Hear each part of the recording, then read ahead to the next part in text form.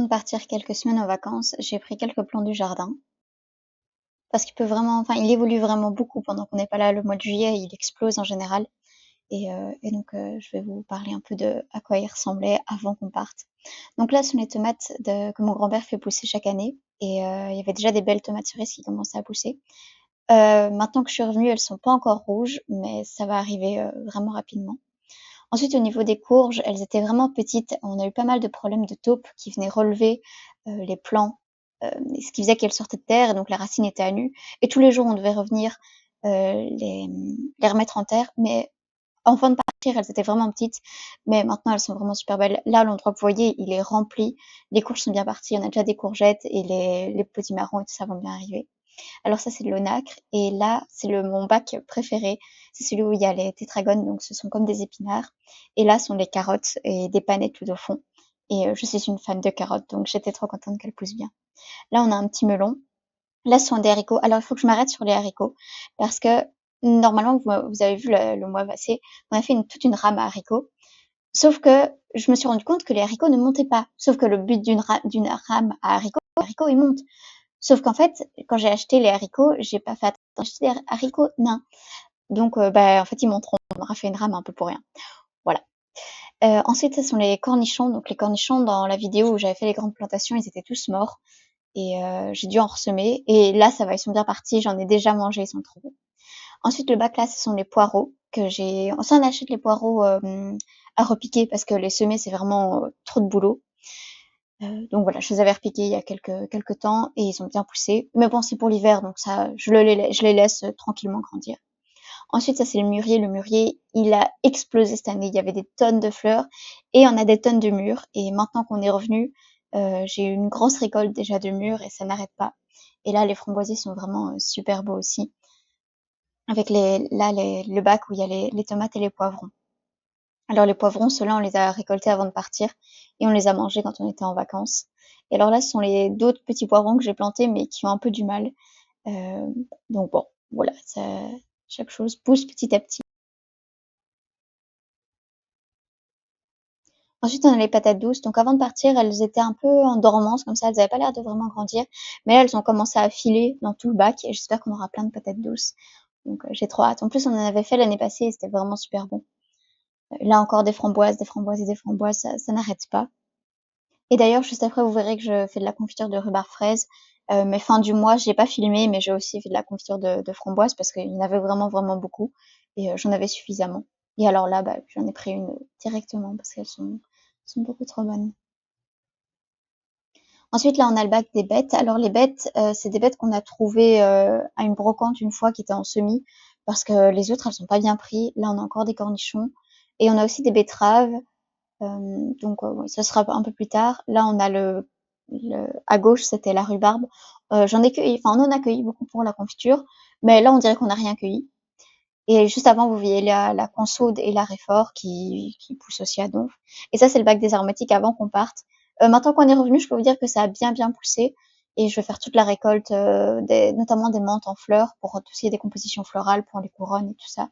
Là, c'est du thym. Là, c'est la mélisse. La mélisse, je l'ai laissée partir en graines, mais je dois vraiment pouvoir la couper.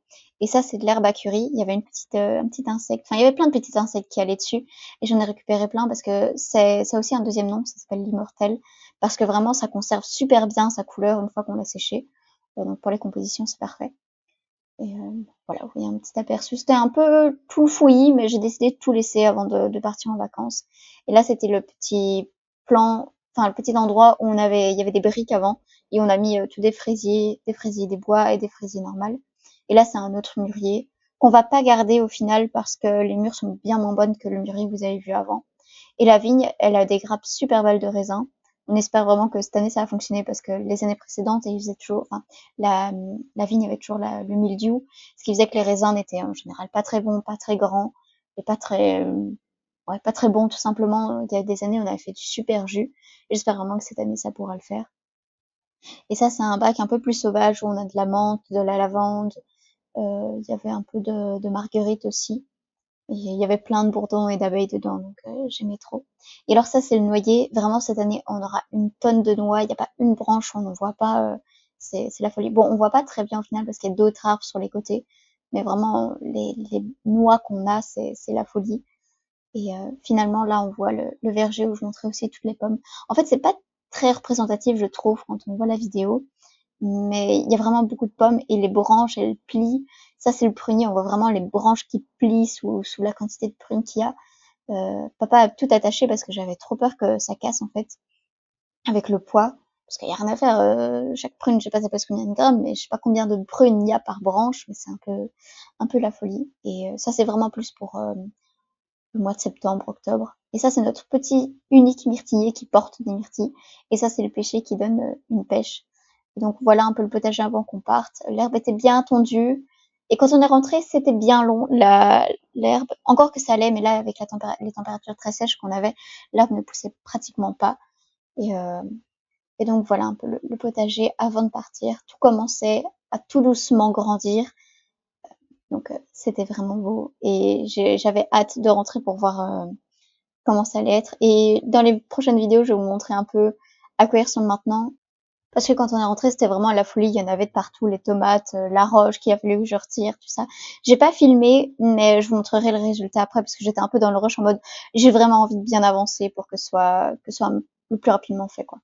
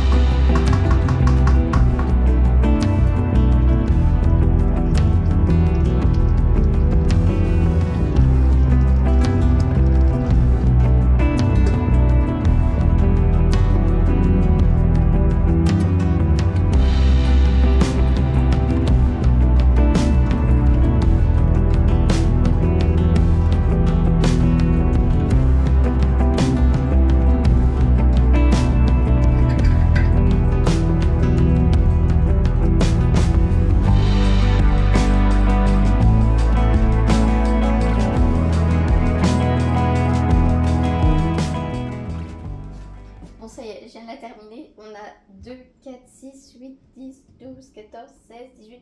On n'a pas beaucoup de confiture. J'ai un peu fait des saletés. Bon, je vais m'amuser à tout nettoyer maintenant et après faire toutes les étiquettes. Et, et après, ce sera dans les yogourts.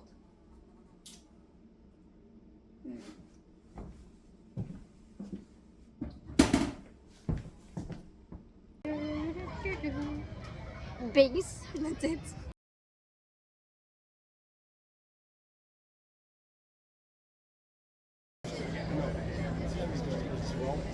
Arrête.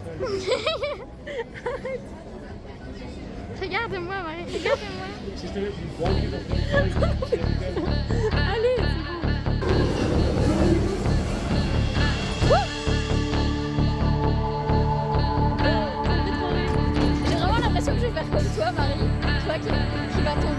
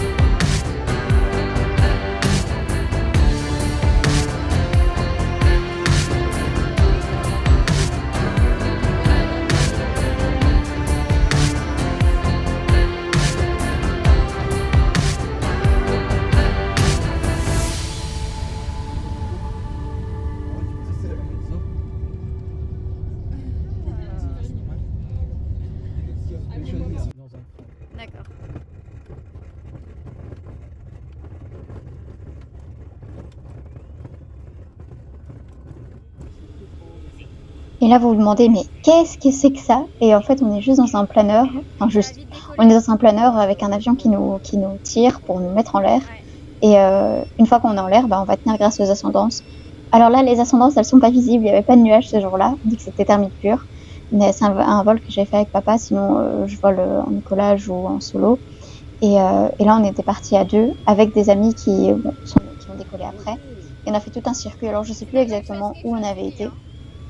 Mais on avait été voir la Flèche. Je sais pas si vous voyez le zoo de la Flèche. Il y avait une émission télé il y a quelques temps. Je sais pas s'il y a 5 ans. Je regardais ça quand j'étais petite.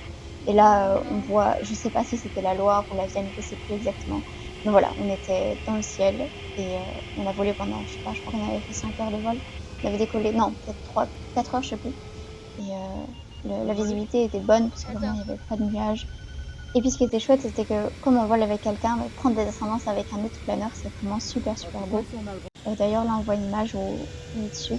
Et alors là on voit que les AF sont ouverts, donc c'est la trappe que vous voyez, enfin je sais pas comment dire, le truc qui est sur l'aile, parce que papa voulait retrouver la même altitude plus ou moins qu'eux. Et donc il descendait, donc c'est normal pour ceux qui s'y connaissent en planeur que les AF soient ouverts. Et alors, c'était le premier vol que je faisais, enfin un vrai grand circuit comme ça, avec quelqu'un d'autre qui volait avec nous. C'était vraiment chouette ce truc de partage, parce que quand on trouvait plus une ascendance, bah, l'autre pouvait chercher aussi. Et alors, il y avait plein d'endroits au-dessus desquels j'ai jamais volé au-dessus, parce que quand on fait l'écolage, on est vraiment au-dessus du terrain, donc on voit pas beaucoup le paysage. Et là, je peux découvrir beaucoup de choses et j'étais vraiment contente du vol. Et là, c'était un autre vol qu'on avait fait à deux, où le temps était super orageux et il y avait des cumulus qui étaient incroyables, qui partaient, qui étaient vraiment pré-orageux. Alors évidemment, on reste en sécurité, dès qu'on voit qu'il part en enclume, on se pose, mais là, c'était pas le cas. Et vraiment, on montait super bien, on avait des super beaux plafonds et ouais, des belles VZ et tout. Enfin, vraiment, c'était vraiment chouette. Et je sais plus où on était allé exactement. On était allé moins loin parce qu'il fallait quand même rester assez proche. Enfin, on avait voulu aller vers Angers, mais il y avait un rideau de pluie, donc là, on n'a pas pu aller. Et vraiment, je me suis régalée à prendre plein d'images des nuages. Euh, donc voilà, j'espère que vous pouvez en profiter un peu à travers ces vidéos. Et là, c'était un peu, là, c'était la Vienne ou la Loire, je sais de nouveau pas.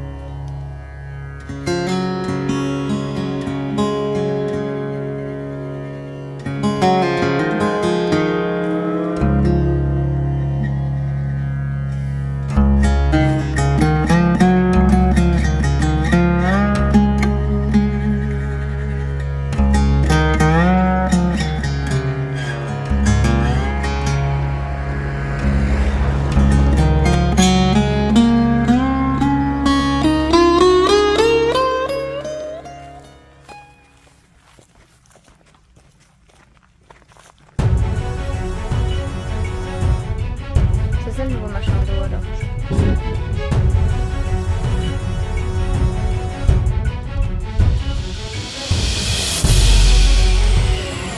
C'est beau.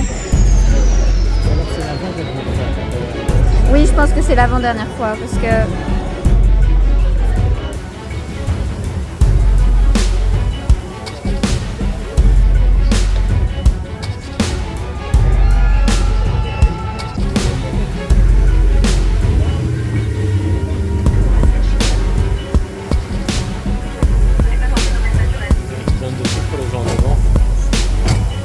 non, à mon avis, c'est parce qu'ils sont juste protégés.